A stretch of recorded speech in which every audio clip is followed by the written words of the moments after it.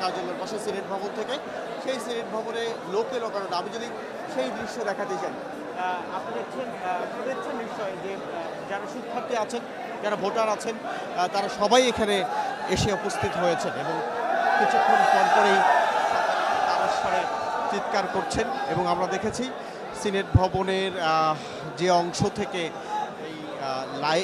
অংশ থেকে chief returning কর্মকর্তা কিংবা কমিশনাররা ঘোষণা দেবেন, সেই অংশটিও এখন শিক্ষার্থীদের দখলে এবং তিল ধারণের ঠাঁই নেই বলা যায়। সবাই চেয়ারে কিংবা চেয়ারের সামনের যে অংশটুকু সেখানে বসে পড়েছেন এবং সবারই একটি কথা, দ্রুত নির্বাচন যে ফলাফল সেটি দিতে হবে।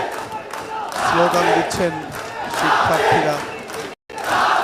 আমি যদি সেই দৃশ্য দেখাতে চাই,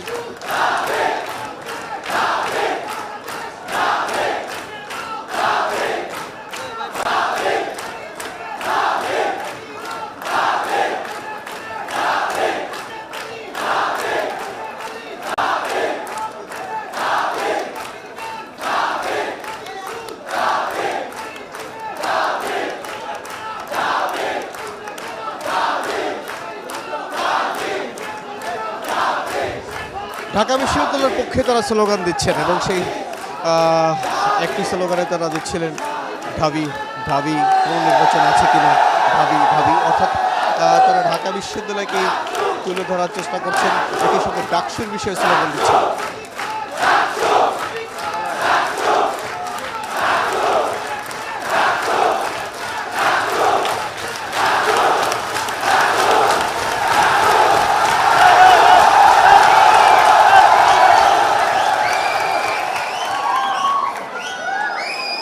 অপেক্ষায় আছেন শিক্ষার্থীরা, অপেক্ষায় আছেন 40,000 ভোটার।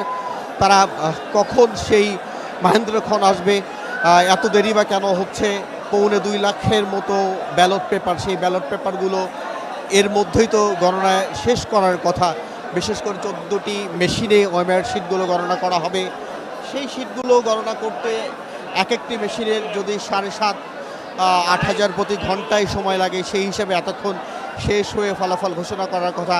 কোনো কেন্দ্রই কিন্তু এখন পর্যন্ত সেই ফলাফল ঘোষণা করেনি, এমনটি আমরা জানতে পেরেছি। এবং সিনেট ভবনের যে সিনেট হল থেকে মূল ঘোষণাটি দেওয়া হবে, সেখানেও আমরা এখন পর্যন্ত নির্বাচন কমিশনারের কিংবা প্রধান রিটার্নিং কর্মকর্তা কেউ এখানে আসেননি। যদিও ঠিক 10 গজ পাশেই সেই কক্ষে আমরা দেখেছি তিনি আছেন। তিনি কখন আসবেন সেই অপেক্ষায় আছেন।